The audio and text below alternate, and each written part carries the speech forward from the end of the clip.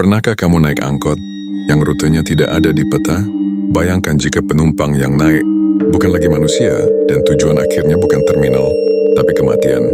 Inilah kisah nyata tentang seorang supir angkot yang menerima pekerjaan paling mengerikan dalam hidupnya. Selamat datang di Jalur 13.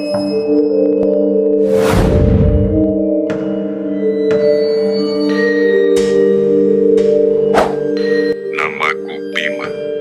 Usia 27 tahun. Sudah 3 bulan aku nganggur setelah pabrik tempatku kerja tutup tiba-tiba. Ijazah pas-pasan, pengalaman gak banyak, dan tabungan makin menipis. Seringkali aku keluar malam, sekadar cari warung kopi murah, berharap ketemu kenalan yang bisa bantu cari kerja. Malam itu, sekitar pukul 23.30, aku duduk sendirian di bangku kayu dekat halte Pasar Lama. Warung tutup, jalanan sepi, dan udara lembab seperti habis hujan. Di tengah diamnya malam, suara mesin tua terdengar dari kejauhan. Sebuah angkot oranye dengan cat pudar meluncur pelan, lalu berhenti tepat di depanku. Pintu sampingnya terbuka otomatis. "Ada lowongan kerja, Mas?" Suara itu berat dan dalam, keluar dari mulut seorang pria tua di dalam angkot. Pakaiannya rapi, kemeja putih kusam, dan topi sopir yang seolah-olah berasal dari zaman dulu. Kulitnya keriput, matanya merah kelelahan, tapi senyumannya aneh, terlalu ramah untuk orang asing di tengah malam. Aku ragu. "Lowongan kerja? Di mana, Pak?" "Di sini," katanya sambil menepuk-nepuk dashboard. "Saya cari pengganti."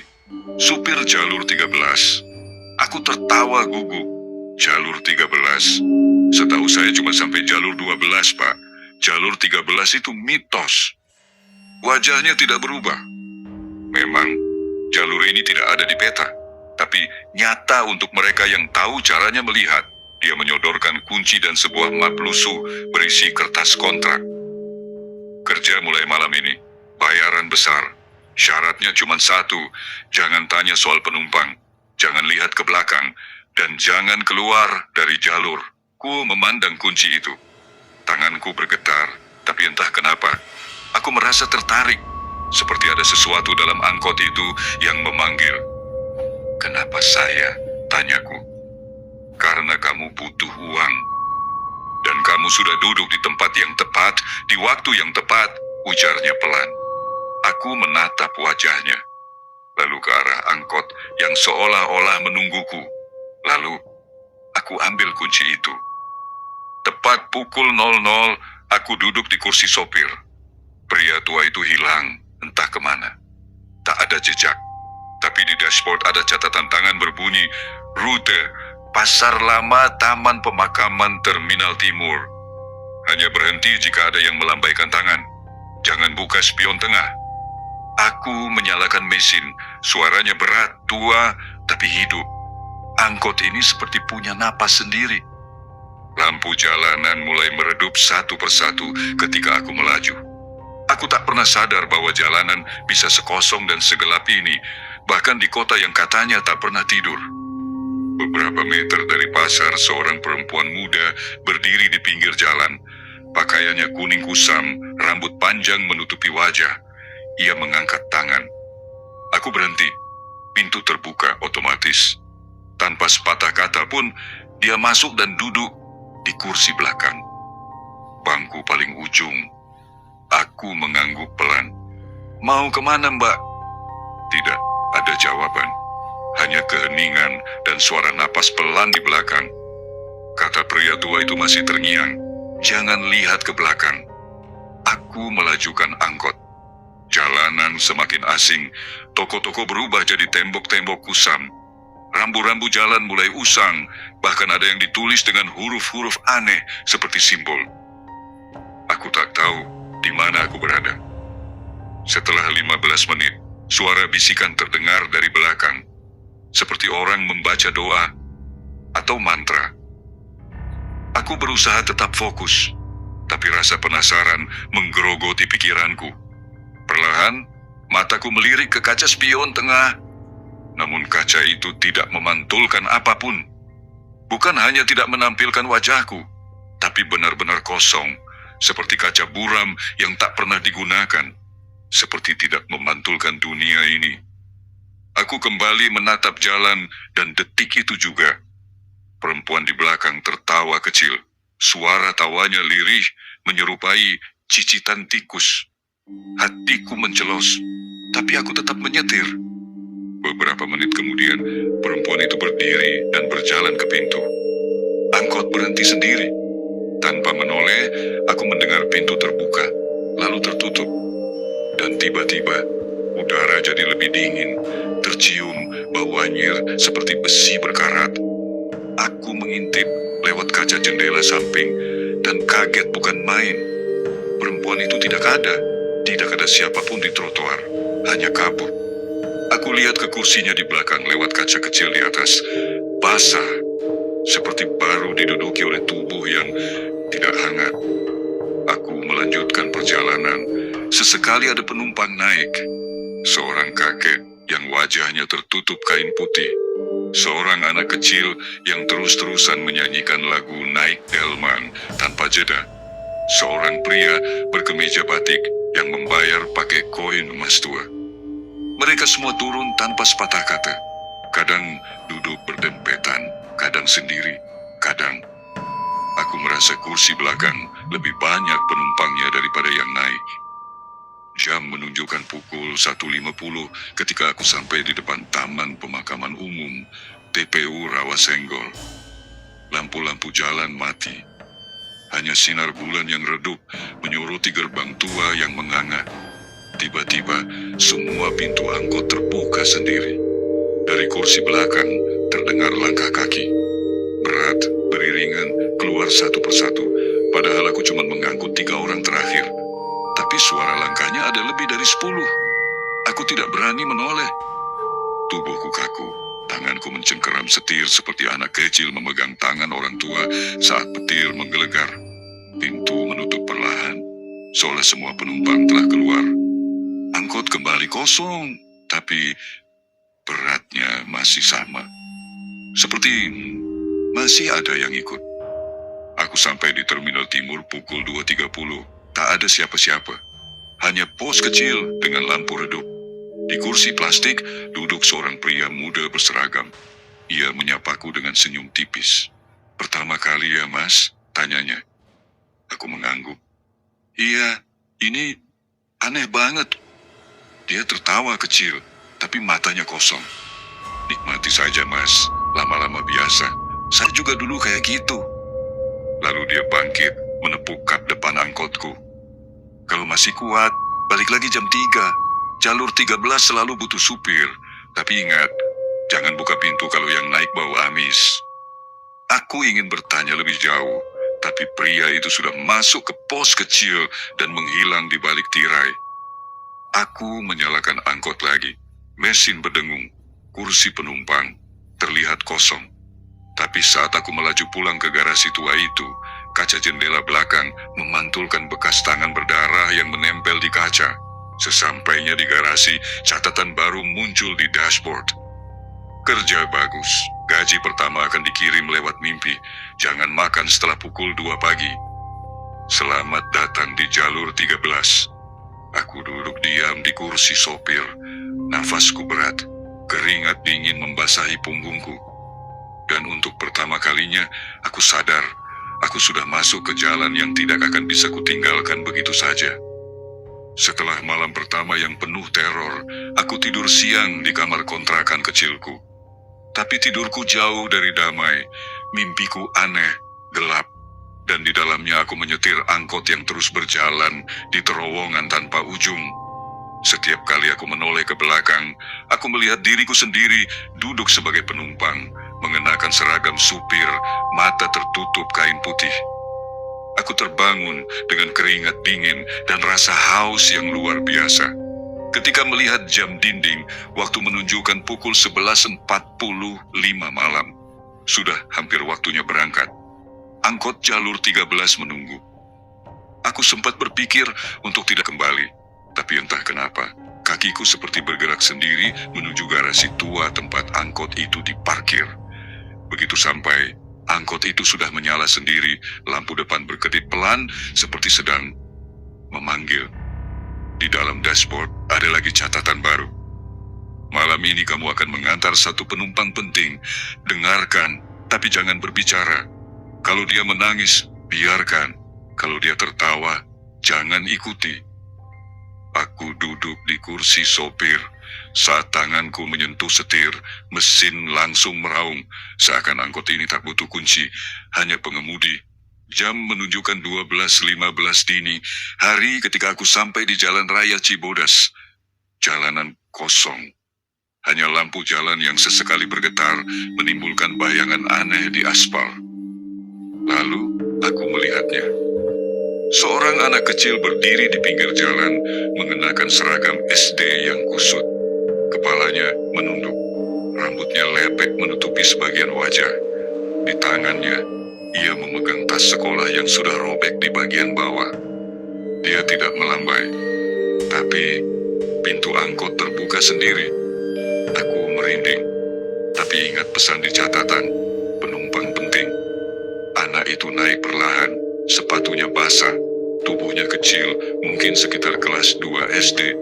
Ia duduk di kursi depan dekat pintu, tak seperti penumpang-penumpang sebelumnya yang selalu duduk di belakang. Wajahnya tetap menunduk, matanya tak terlihat, ia tidak bicara, tidak menatapku. Aku menyalakan mesin dan mulai melaju. Selama perjalanan, anak itu diam saja. Tapi sesekali aku melihat air menetes dari dagunya, entah itu air mata atau air hujan. Anehnya, tidak ada hujan malam itu. "Adik, mau kemana?" tanyaku pelan. Tak ada jawaban. Ia hanya menggenggam tasnya lebih erat.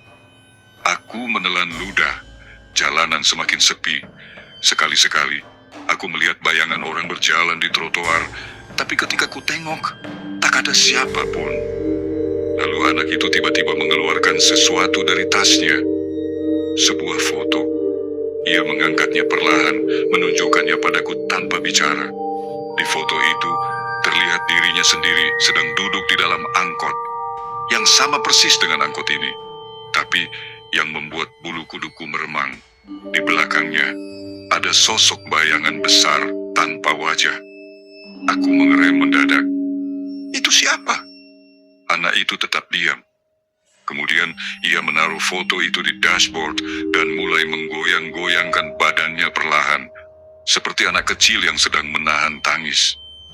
Dari kursi belakang, tiba-tiba terdengar suara keras seperti kursi yang digeser. Aku tahu, aku belum mengambil penumpang lain. Tanganku gemetar di setir, tapi aku tidak boleh menoleh ke belakang. Tidak malam ini. Sekitar 15 menit kemudian, angkot mulai memasuki wilayah komplek makam Cibodas. Kabut mulai menebal. Jalanan jadi licin. Lalu anak itu tiba-tiba berdiri. Aku menoleh sedikit. Mau turun di sini. Ia tetap tidak menjawab. Tapi pintu angkot terbuka sendiri. Ia turun pelan-pelan. Di tengah kabut itu, aku sempat melihat seorang wanita berbaju putih berdiri di kejauhan dengan tangan terentang, seakan menunggu anak itu pulang. Aku mengangguk pelan, walau tak tahu kepada siapa. Lalu pintu tertutup sendiri. Aku melaju kembali, meninggalkan area makam. Baru beberapa menit berjalan, bau aneh memenuhi angkot. Bau daging terbakar, tapi entah dari mana asalnya. Aku buka jendela sedikit, tapi angin yang masuk justru membawa suara tawa lirih. Tawa seorang anak kecil. Saat kembali ke terminal, pria muda yang kemarin kulihat di pos kembali menyapaku. "Kamu sudah bertemu dengan Galih?" tanyanya pelan. Aku mengernyit. "Siapa?" "Anak kecil yang diam saja. Dulu dia naik angkot jalur 13. Gak pernah sampai rumah. Mayatnya baru ketemu 2 bulan setelah itu, di jok belakang. Masih pakai seragam sekolah." Aku menatapnya tak percaya. Dia melanjutkan. Kadang-kadang, dia masih suka naik lagi, nyari sopir yang mau nganterin dia sampai ibunya. Aku melihat ke dashboard. Foto yang tadi ditunjukkan anak itu masih ada, tapi sekarang, sosok bayangan besar di belakang sudah menghilang dari foto. Dan di bawah foto itu ada tulisan baru yang entah siapa yang menuliskan. Terima kasih, Kak. Malam itu aku pulang ke garasi dengan hati yang campur aduk.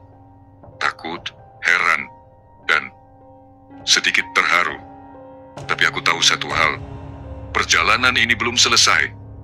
Dan jalur 13 baru saja memperlihatkan satu dari sekian penumpangnya.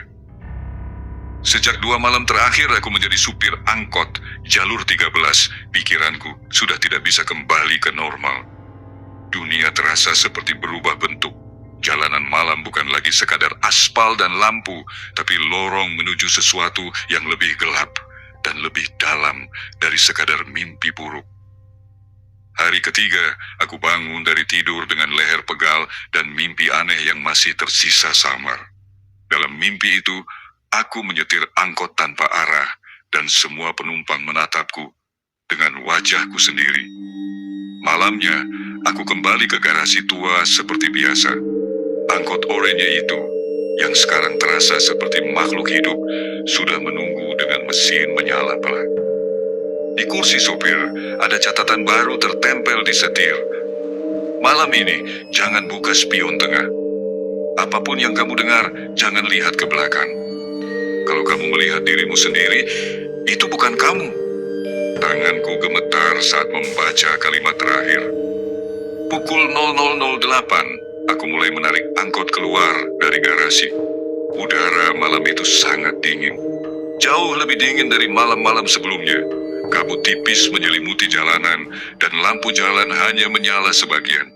Langit tampak berat, seperti menahan sesuatu. Di jalan Ciledug Lama, penumpang pertamaku muncul. Seorang perempuan tua dengan kerudung lusuh dan tas jinjing dari plastik hitam. Wajahnya keriput, matanya tertutup, kacamata hitam besar. Aneh, mengingat ini tengah malam.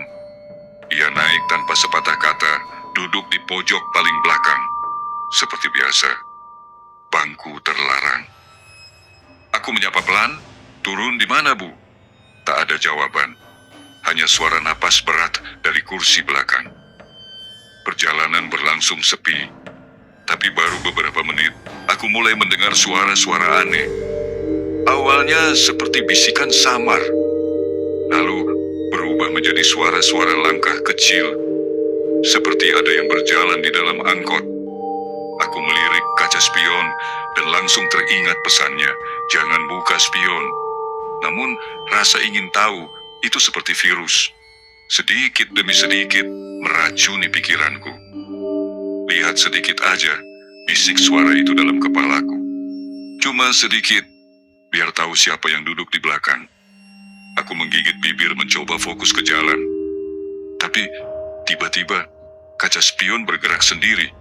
Tidak. Bukan bergoyang karena jalan rusak, tapi benar-benar berputar perlahan, seolah ada yang mengarahkannya ke wajahku. Dan saat aku tak sengaja menatapnya, wajahku sendiri menatap balik. Tapi bukan wajahku yang sekarang. Wajahku pucat, mata kosong, dan senyuman lebar seperti teriris dari telinga ke telinga. Aku menjerit pelan dan memukul spion itu sampai terlepas. Spionnya jatuh ke lantai, pecah menjadi 2. Dan begitu pecah, angin dingin langsung memenuhi seluruh kabin. Lampu dalam angkot padam. Mesin mengerang seperti binatang kesakitan. Dan dari bangku belakang terdengar suara napas berat. Lebih berat, lebih dekat. Seolah makhluk itu kini berdiri tepat di belakang leherku.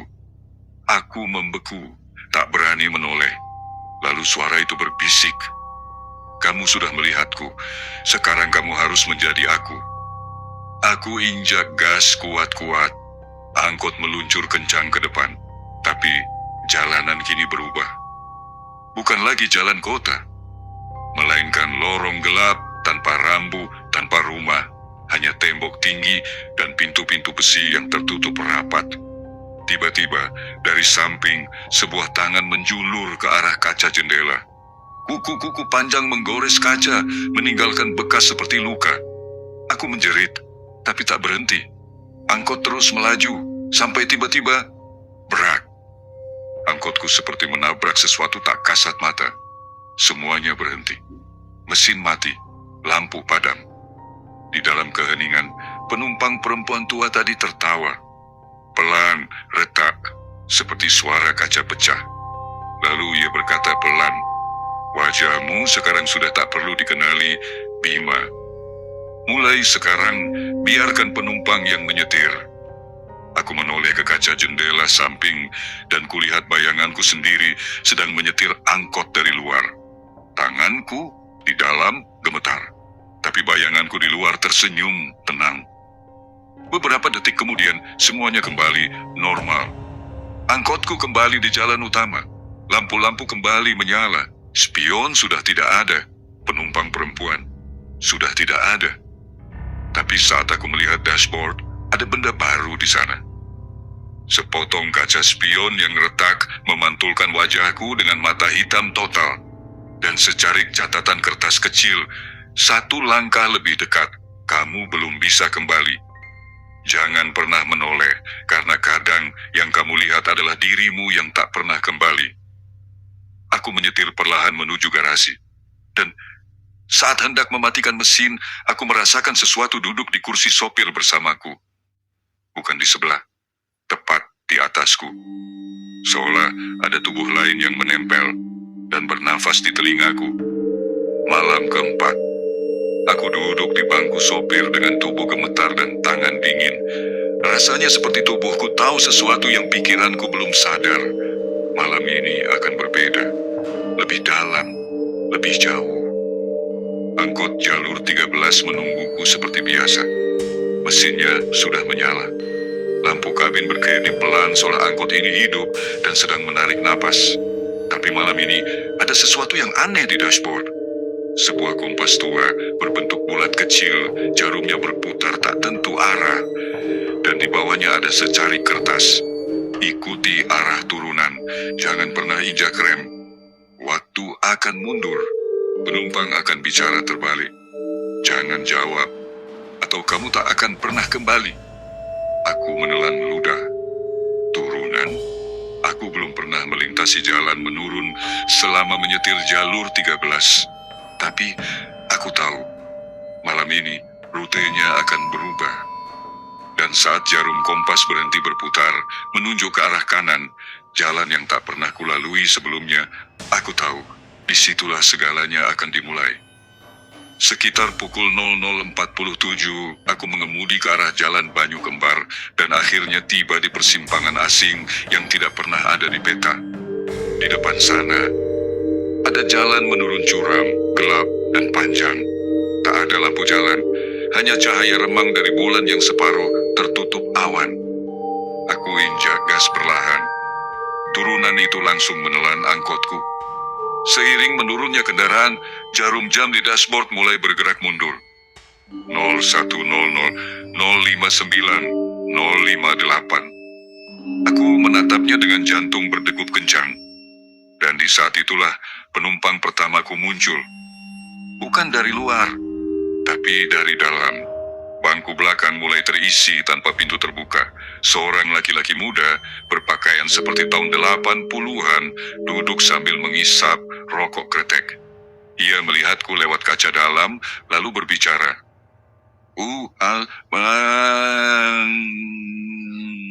Aku mengernyit. Apa? Dia hanya mengulang. Kali ini lebih keras. LMS. Aku baru sadar. Itu adalah Samlau jika dibalik. Dan ketika aku membalik kalimat itu di kepalaku. Samlau? Ulamas? Tidak ada arti. Tapi kemudian penumpang-penumpang lain mulai muncul satu persatu. Semua dari dalam. Seolah angkot ini mulai memutar kembali penumpang-penumpang dari masa lalu. Seorang nenek duduk dekat pintu. Matanya putih seluruhnya. Ia meracau dalam suara tercekat. Amat suj nugik.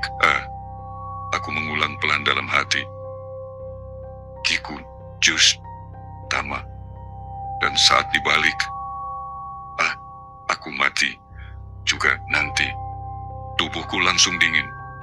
Penumpang ini bukan sekadar halusinasi. Mereka adalah jejak-jejak dari yang pernah naik dan tak pernah turun. Angkot terus meluncur ke bawah. Sudah hampir 10 menit dan jalan masih terus menurun. Aspalnya berubah jadi batu kerikil. Lalu berubah lagi jadi seperti lantai tua berlumut. Di kejauhan, kulihat sebuah rumah berdiri di pinggir turunan. Rumah panggung, kayu rapuh, jendela terbuka lebar. Dan di dalamnya, bayangan tubuh tergantung, berayun pelan. Aku menoleh cepat, mengalihkan pandangan. Tapi di kaca samping, aku melihat pantulan tubuh itu berada di jok belakang. Padahal aku tidak berhenti. Pukul 00.00, jam mundur sudah sampai ke awal. Semua penumpang serentak berdiri. Mereka memutar kepala perlahan ke arahku. Dan serempak berbicara dalam suara terbalik, cepat, dan keras. Suara mereka menyatu menjadi semacam cant keras tak beraturan. Telingaku berdengung, pandanganku kabur. Tanganku ingin injak rem, tapi aku ingat pesan, jangan pernah injak rem. Aku tahan, aku gas sedikit lagi. Dan saat itu, turunan menghilang. Angkot tiba-tiba melompat keluar dari lorong hitam, seperti melewati dinding tak terlihat, dan terlempar ke jalan normal. Jalan kota kembali, cahaya lampu jalan kembali, tapi penumpang semua hilang. Kursi belakang kosong, sunyi. Tapi di dashboard, jam menunjukkan 11,11 malam. Lebih awal dari saat aku mulai. Aku bingung. Aku bahkan sempat memeriksa HP. Jamnya juga 11.11. Berarti, aku kembali ke masa sebelum aku berangkat. Waktu benar-benar telah mundur. Dan di dashboard, ada sesuatu tertulis dengan tinta merah. Waktu bisa dilipat, tapi jangan dilanggar. Kamu sudah menyentuh batas. Sekali lagi, kamu tidak akan kembali sebagai dirimu. Aku menatap kaca depan. Jalan tampak normal. Tapi tubuhku terasa aneh. Aku meraba wajahku. Kulitku lebih dingin. Nafasku berat. Dan di spion samping yang kecil, aku melihat diriku tersenyum, padahal aku tidak sedang tersenyum. Aku sampai kembali di garasi jam 12.30 malam. Tapi saat aku turun, ada seseorang sudah duduk di dalam angkot. Pakaiannya sama seperti punyaku. Topi, jaket, celana jeans, semua identik. Ia duduk di bangku sopir, menatap lurus ke depan. Lalu perlahan ia menoleh, dan wajahnya adalah wajahku. Tapi lebih pucat, dan matanya kosong sepenuhnya. Aku melangkah mundur, tapi angkot itu menyala sendiri. Mundur pelan, lalu melaju ke dalam kabut, dan hilang begitu saja. Di lantai garasi, aku menemukan satu-satunya barang yang tertinggal. Kompas tadi. Jarumnya berputar cepat, lalu berhenti, menunjuk tepat ke arahku. Dan menulis bayangan kecil di lantai, giliranmu. Malam kelima. Aku kembali menyentuh setir angkot itu dengan perasaan getir. Jujur, setiap malam terasa seperti menyentuh pintu neraka yang berbeda-beda bentuknya. Tapi entah kenapa, aku tetap datang. Mungkin karena rasa penasaran, atau karena rasa bersalah, atau karena aku tahu jika aku berhenti, angkot itu akan menjemputku sendiri. Seperti biasa, angkot sudah menyala saat aku datang. Tapi kali ini, atapnya basah, padahal tidak ada hujan sama sekali. Saat ku sentuh, tetesannya kental, merah gelap. Bau amis langsung menusuk hidung. Darah. Aku mundur, ngeri. Tapi saat itu, suara mesin meraung sendiri, seolah angkot tidak mau menunggu. Dengan berat hati, aku masuk, duduk di balik setir. Dan begitu aku tutup pintu, lampu dalam kabin mati seluruhnya. Gelap total. Aku nyalakan mesin dan mulai bergerak. Rutenya berbeda lagi malam ini. Kompas yang kemarin berputar lagi, lalu menunjuk ke arah jalan sempit yang dikelilingi pepohonan besar seperti hutan kecil di tengah kota. Aku tahu pasti jalur ini tidak ada di peta. Bahkan aku tak pernah melihatnya, meski sudah bertahun-tahun tinggal di kota ini. Lampu depan angkot hanya bisa menerangi sekitar 2 meter ke depan. Kabut turun perlahan. Dan mulai turun hujan. Bukan hujan biasa. Hujan darah. Setetes, dua tetes, lalu deras. Jatuh di kaca depan, membentuk garis-garis merah seperti tangan yang menyeret kuku ke bawah. Wiper kuaktifkan, tapi setiap kali menyeka, darah makin banyak. Hingga akhirnya aku tak bisa melihat jalan. Aku menepi, mencoba membuka kaca, dan bau amis itu langsung masuk menusuk. Tapi yang kulihat dari luar membuat napasku tercekat. Di atas angkot ada seseorang berdiri, berpakaian putih, rambut panjang basah, kakinya telanjang dan kotor. Matanya menatap lurus ke arahku. Dia perlahan menunduk, mengintip lewat kaca depan, wajahnya tepat di balik tetesan darah. Aku mundur ke jok. Jantungku seperti digenggam tangan dingin. Dan tiba-tiba dari dalam angkot, seseorang menyentuh bahuku. Aku menoleh. Seorang penumpang duduk di jok belakang, tapi tubuhnya tidak lengkap. Bagian pinggang ke bawah tidak ada, hanya tubuh setengah, duduk dengan tangan menahan dinding angkot. Wajahnya penuh luka, tulang pipinya terlihat, mata kanannya hilang, berganti lubang hitam dalam. Ia bicara pelan, turunkan aku sebelum tubuhku menyusul. Aku tergagap. Aku nggak tahu harus berhenti di mana. Penumpang itu menatap tajam. Kalau kau terus bawa aku akan tinggal di sini, di dalam angkot ini, dan aku akan tetap hidup sebagai separuh. Tiba-tiba angkotku berhenti dengan sendirinya. Aku tidak injak rem, tapi roda-roda terkunci. Dari kaca belakang, aku melihat bayangan tubuh bagian bawah berlari mendekat. Kaki, pinggul, tangan kiri yang hilang.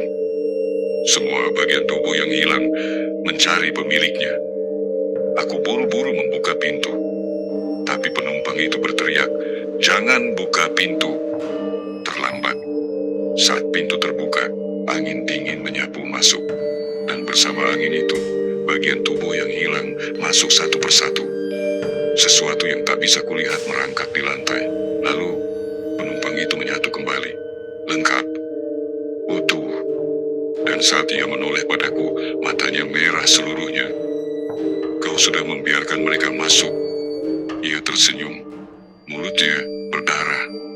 Lalu tubuhnya mencair seperti lilin panas, menetes ke lantai, menghilang.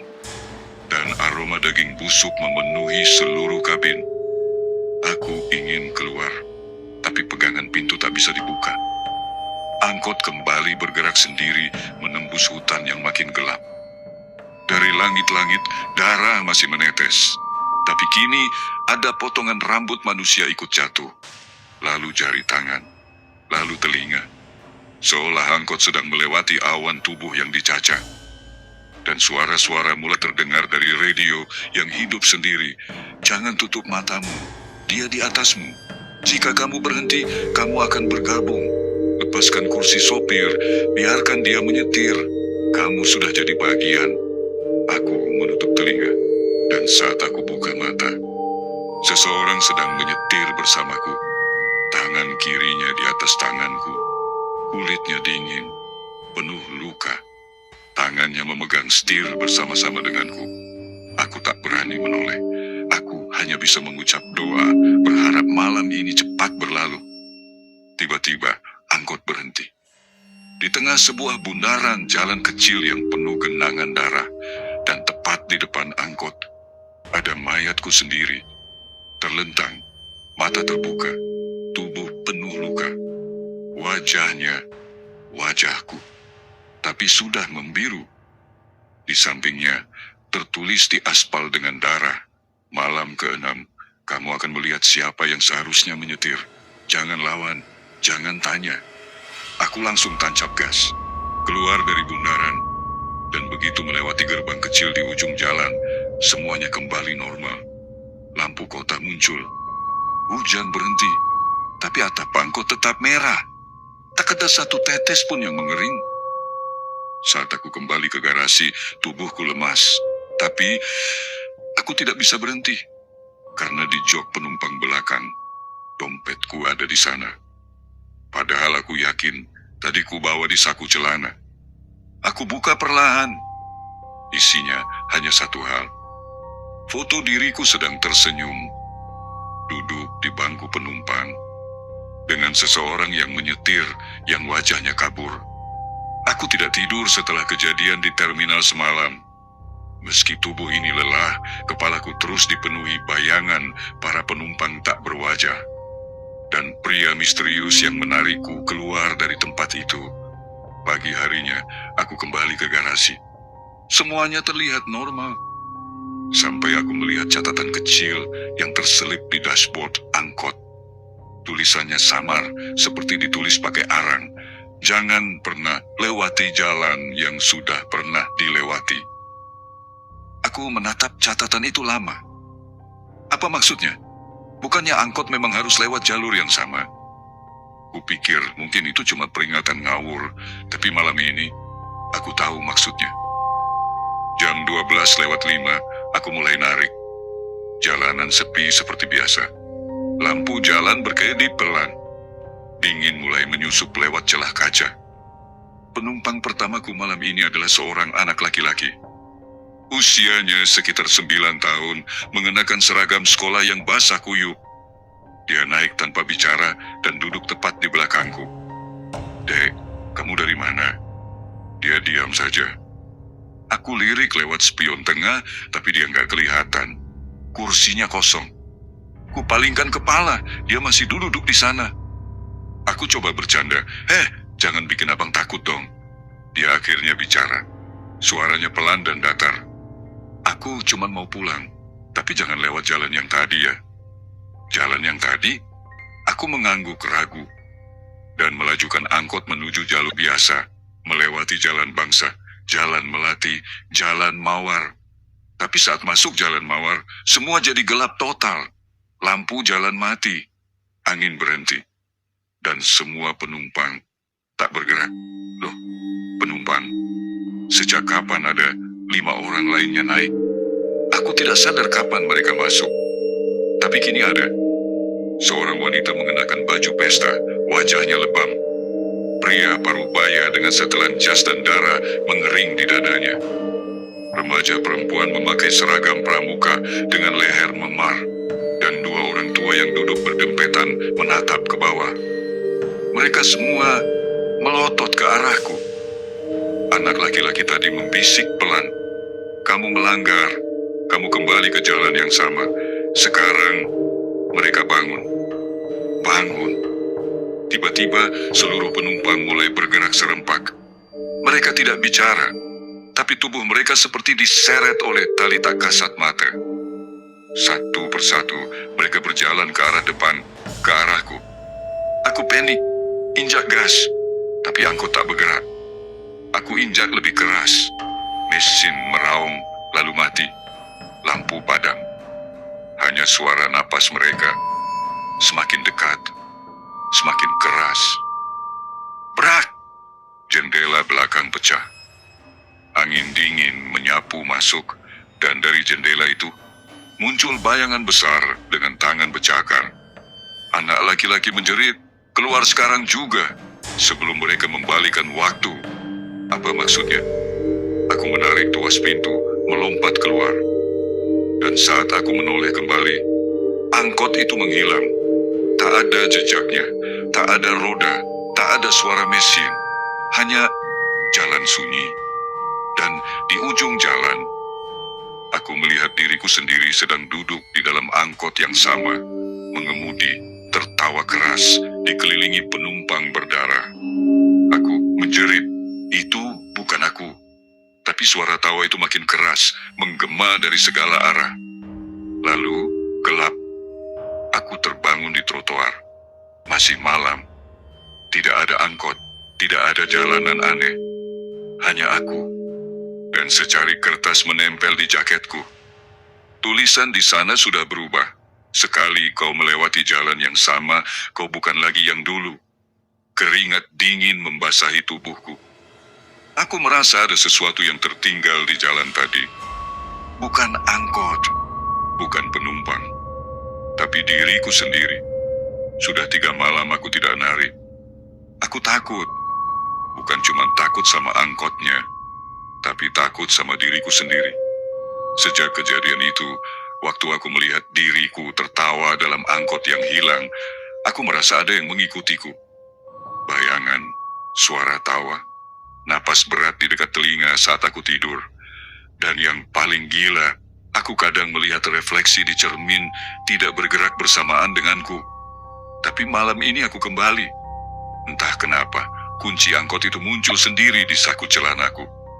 Aku sudah sembunyikan jauh-jauh di dalam laci rumah. Saat ku pegang kuncinya, tubuhku kaku. Tangan bergerak sendiri.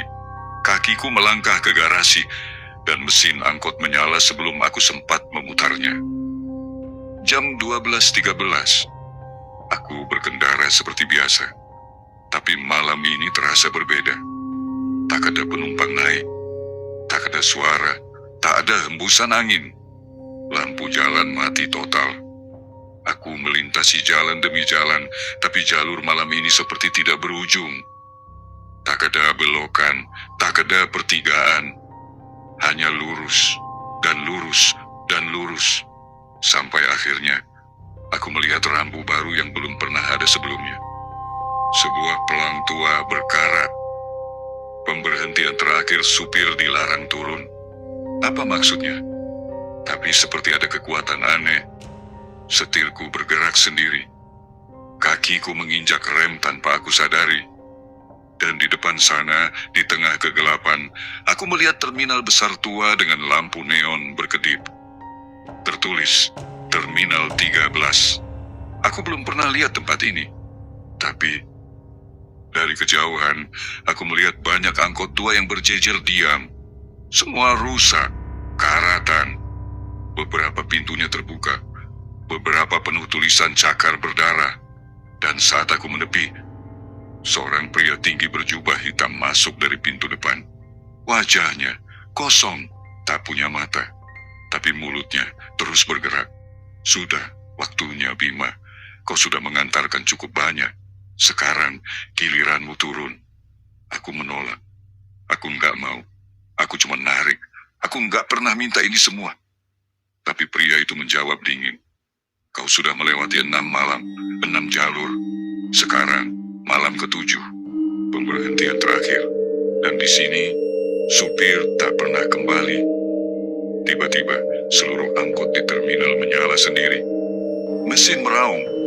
Lampu berkedip. Dan dari setiap angkot itu keluar supir-supir lain. Wajah mereka seperti mayat. Beberapa tinggal tengkorak, tapi semua memakai seragam yang sama denganku. Salah satu dari mereka mendekat, suaranya lirih. Kami juga dulunya seperti kamu, ditarik ke jalur 13, dipaksa antar penumpang yang tidak pernah hidup. Sekarang kami menunggu giliran untuk pergi. Aku mundur. Panik. Tapi pria berjubah hitam itu menjentikan jarinya. Tiba-tiba pintu angkot terkunci. Setir terkunci. Gas menyala sendiri. Angkotku melaju menuju lorong gelap di belakang terminal. Lorong itu tak punya ujung. Hanya gelap dan suara-suara aneh. Tangisan, tawa, dan jeritan bersamaan. Dan di ujung lorong itu, aku melihat diriku sendiri lagi. Tapi, kini, tanpa wajah, aku menjerit, menabrakkan diri ke pintu. Pintu terbuka. Aku terlempar keluar dan langsung terguling di tanah. Tapi bukan tanah biasa. Aku sekarang berada di jalanan kota. Tapi semua serba terbalik. Langit di bawah, aspal di atas. Bangunan berdiri miring. Dan orang-orang berjalan dengan kepala di bawah. Selamat datang. Di tempat terakhir, suara pria berjubah hitam terdengar lagi.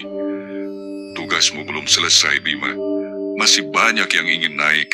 Masih banyak yang belum kau antar. Dan di depanku, angkotku muncul lagi.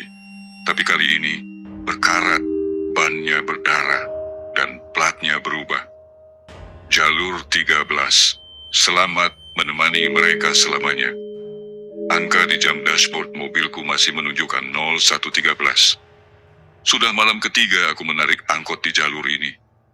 Setiap malam, angka jam itu tak pernah berubah. Seakan waktu berhenti, atau mungkin memang aku yang berhenti di tengah dunia yang bergerak mundur. Aku memandangi jalanan gelap di depan, jalan yang sama, lampu jalan yang kedap-kedip, angin yang menusuk tulang. Tapi malam ini terasa berbeda. Aku tidak sendiri. Suara pintu angkot belakang terbuka perlahan. Ceklek. Aku melihat lewat spion. Seorang gadis kecil dengan seragam SD melangkah masuk, diam-diam. Rambutnya dikepang dua, sepatunya penuh lumpur, dan dia memeluk sebuah boneka usang. Pulang sekolah, tanyaku mencoba berbasa-basi. Gadis itu tidak menjawab. Dia hanya menunduk.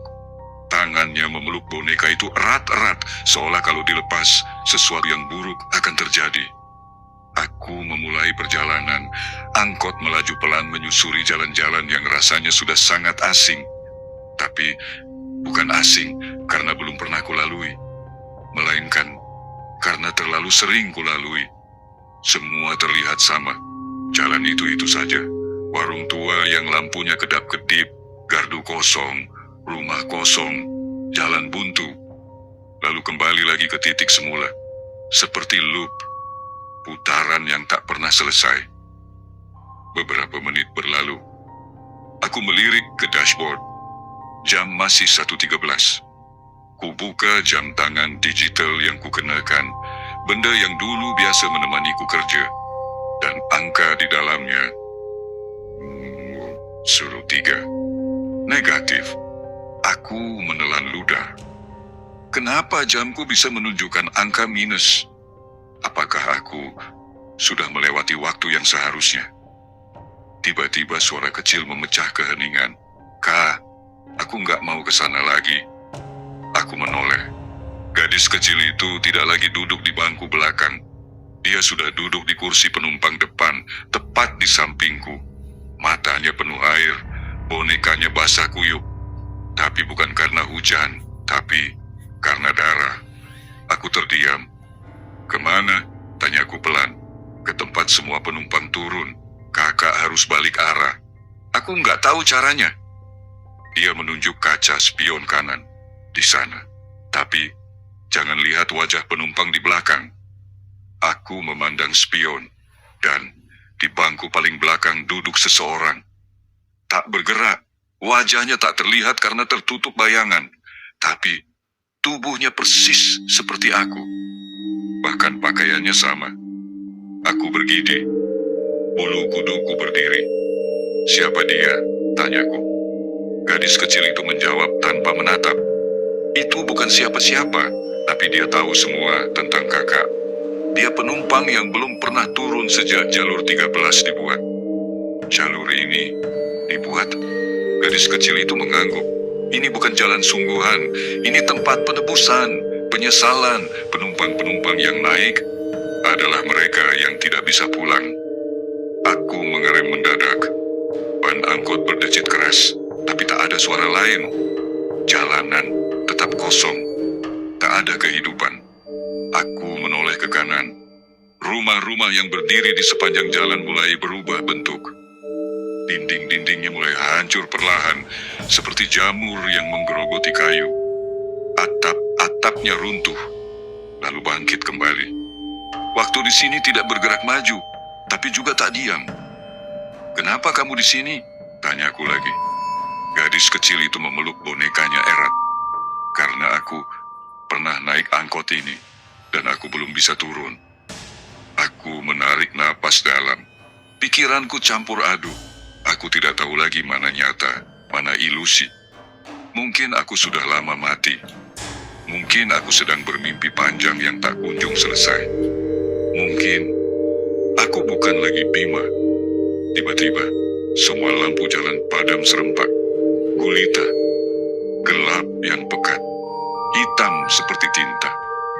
Aku bahkan tak bisa melihat tanganku sendiri. Dan dalam kegelapan itu hanya satu suara yang terdengar. Bima, waktumu habis. Aku mengenali suara itu. Itu suara ibuku. Tapi ibu sudah meninggal 5 tahun yang lalu. Dan kemudian muncul satu lagi suara. Kau tidak bisa lari dari kami. Kami semua masih di dalam mobil itu. Kau yang menyetir malam itu. Kau yang nabrak kami. Aku menjerit. Suara klakson angkot berdentum panjang dan melengking seperti suara trompet dari dalam liang kubur. Gadis kecil itu menoleh padaku. Wajahnya pucat. Darah mulai menetes dari matanya. Dia berkata, "Kakak harus turun sekarang. Sebelum waktu kembali ke nol." Aku membuka pintu angkot, tapi angin dari luar terlalu kencang, seolah ada badai besar di luar. Aku melirik dashboard sekali lagi, lalu, dan saat jarum waktu itu mencapai titik nol, seluruh dunia di sekelilingku terbalik. Langit menjadi tanah, tanah menjadi langit, lampu-lampu menyala ke arah bawah, jalanan mendaki seperti spiral, dan penumpang-penumpang angkot semuanya menoleh ke arahku. Mereka semua punya wajahku. Wajah Bima, tersenyum tanpa mata, tanpa lidah, tertawa tanpa suara. Tiba-tiba, semuanya terdiam. Semua wajah hancur, semua lampu padam, dan aku berada di jalanan kosong, sendirian. Hanya ada satu angkot tua di belakangku, dan di dalamnya duduk seorang pria yang wajahnya sama persis denganku. Tapi kali ini, dia memandangku langsung dan tersenyum. "Bima," katanya dengan suara parau, "kau akhirnya sampai." Aku bertanya, "Siapa kamu?" Dia menjawab pelan, "Aku adalah kau yang tidak pernah turun." Dia duduk di bangku supir angkot tua itu. Rambutnya berantakan, wajahnya lelah, kulitnya seperti lilin yang meleleh di bawah matahari. Tapi tak salah lagi, itu aku. Bima, versi yang lebih tua, lebih lusuh, dan lebih menyeramkan. Tapi mata kami bertemu, dan aku tahu, dia tahu semua. "Aku, siapa kamu?" tanyaku dengan suara yang mulai bergetar. Dia menatapku, lalu tersenyum kecil. "Aku adalah kau yang tidak pernah berhenti menyetir. Kenapa aku tidak bisa keluar dari jalur ini? Kenapa malam ini terus berulang? Kenapa semua ini terjadi?" Dia tidak langsung menjawab. Tangannya menyentuh setir angkot itu, berkarat, tua, dan penuh bercak darah. Lalu dia berkata, "Kau lupa, Bima, tapi tubuhmu belum, dan jalan ini adalah jalan untuk mengingat." "Ingat?" Aku menggeleng. Tapi tiba-tiba suara klakson panjang terdengar dari kejauhan. Klakson panjang yang sangat familiar. Lalu jalanan di sekitarku berubah. Jalanan gelap dengan lampu jalan yang mati satu persatu digantikan oleh jalan aspal lebar di tengah kota. Lalu lintas ramai, gedung-gedung tinggi, sinar lampu, dan terpenting waktu bergerak maju. Angka di jam dashboard perlahan berubah. 1.13, 1.3.14. Aku menoleh. Dunia ini tampak nyata, tapi jantungku berdetak tak menentu karena tiba-tiba aku melihat sesuatu. Sebuah kecelakaan. Angkot yang remnya blong, jalan menurun. Seseorang, aku, di balik kemudi. Di dalam angkot ada seorang wanita muda, seorang anak kecil, seorang bapak tua dengan tongkat, dan seorang wanita hamil. Aku menyaksikan semuanya seperti menonton rekaman dari luar tubuh. Tapi aku tahu, itu aku. Dan itu malam aku menabrak dan menewaskan mereka semua. Malam itu hujan deras, aku mengantuk. Kupaksakan diri menarik angkot karena butuh uang tambahan. Rem blong saat di turunan panjang. Aku berteriak memperingatkan penumpang, tapi tidak sempat menghindar. Angkot menghantam dinding pembatas, terbalik, terbakar, dan aku selamat sendirian. polisi, wartawan, berita menyebar. Supir angkot selamat, 4 penumpang tewas di tempat. Dan aku kabur, meninggalkan semuanya. Tak pernah kembali ke jalur itu, tak pernah bertanggung jawab. Sampai suatu malam, aku coba nyupir lagi dan masuk ke jalur 13. Semua kembali ke gelap. Aku tersentak kembali ke malam yang sama. Jalanan kosong, spion retak, udara dingin menusuk. Di depanku, Bima tua masih duduk di angkot tua itu. "Ini hukuman?" tanyaku lirih. Dia tertawa kecil, tapi tawanya seperti suara besi beradu. "Bukan, ini adalah tempat di mana kau harus menjemput mereka, satu persatu. Sampai mereka semua bisa turun, sampai kau bisa turun, sampai kau bisa menebus." Aku gemetar. Gadis kecil itu, wanita hamil, mereka semua, ya, katanya. Mereka adalah penumpangmu. Mereka belum selesai denganmu. Dan sampai kau bawa mereka ke tujuan terakhir, kau akan terus menyetir. Angin berhembus kencang.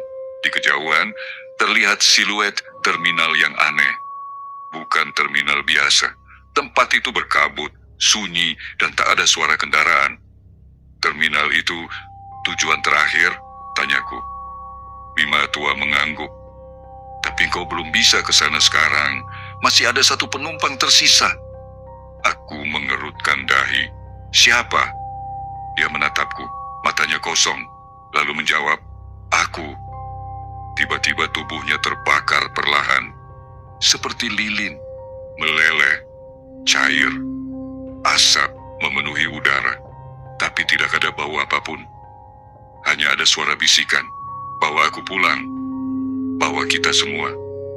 Supaya jalur ini bisa berakhir, aku berlari ke arah angkot tua itu. Tapi sebelum aku sempat menyentuh pintunya, angkot itu meledak. Boom! Tapi bukan ledakan api, melainkan ledakan kenyataan. Semua menjadi hening. Aku berdiri di tengah jalan yang sama. Jalur 13. Di belakangku, angkotku menyala sendiri. Di dalamnya, para penumpang sudah duduk.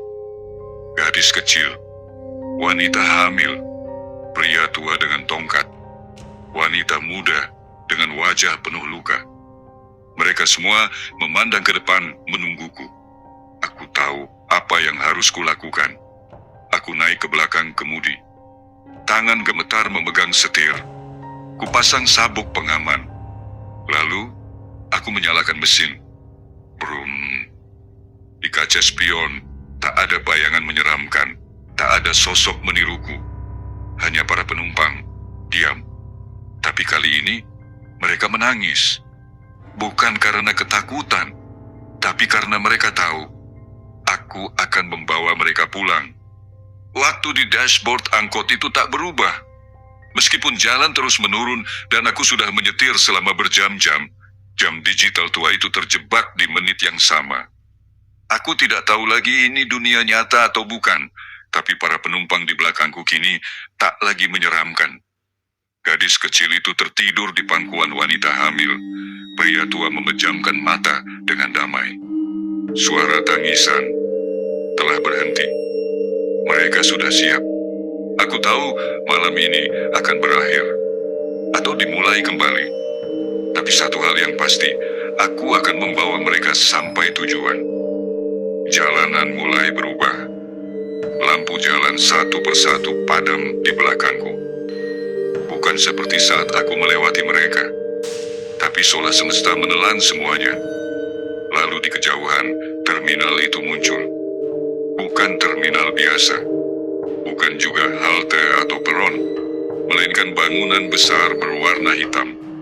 Tidak ada papan nama, tidak ada orang, tapi ada cahaya samar dari pintu masuk dan kabut menyelimuti jalurnya. Aku berhenti perlahan, menginjak rem dengan hati-hati, takut semuanya hilang jika aku salah gerak. Cit! Angkot berhenti tepat di depan pintu terminal itu. Para penumpang perlahan berdiri. Tak satu pun berbicara, tapi mereka menatapku dengan senyum. Pertama kalinya dalam malam-malam panjang ini, aku tidak takut. Wanita muda yang dulunya berlumur darah, kini bersih. Wanita hamil itu membelai perutnya dengan damai. Pria tua membungkuk kecil padaku, dan gadis kecil mencium pipiku sebelum turun. Aku udah gak marah, Om, katanya pelan. Hatiku pecah. Satu persatu mereka turun, melangkah masuk ke kabut terminal.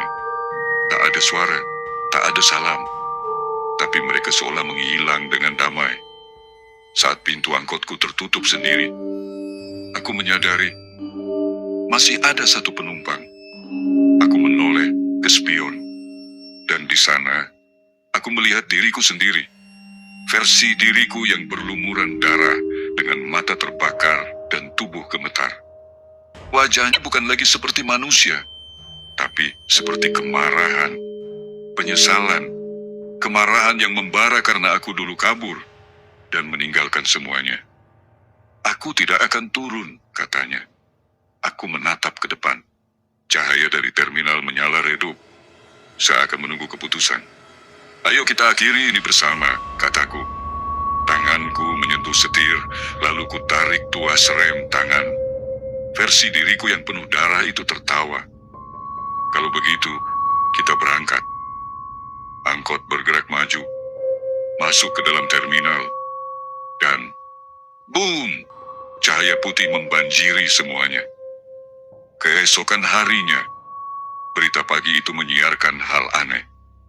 Sebuah angkot tua dengan nomor plat misterius ditemukan terbakar di sebuah terminal tua yang sudah lama ditutup. Tidak ada penumpang, tidak ada supir, tapi suara tangisan anak kecil terdengar dari bangkai kendaraan tersebut sebelum akhirnya hilang dengan sendirinya. Di kursi supir yang hangus hanya tertinggal satu benda, sebuah jam digital retak. Dan di layarnya, waktu yang tak pernah berubah, 1.13.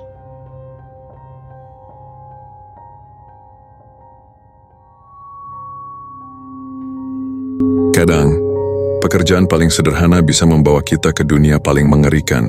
Bima sudah menuntaskan perjalanan terakhirnya, tapi kamu, apa yakin tidak pernah menumpang angkot yang salah? Karena siapa tahu, malam ini angkot itu menunggu kamu di tikungan. Nomor platnya hilang, tapi jalurnya jelas, jalur 13.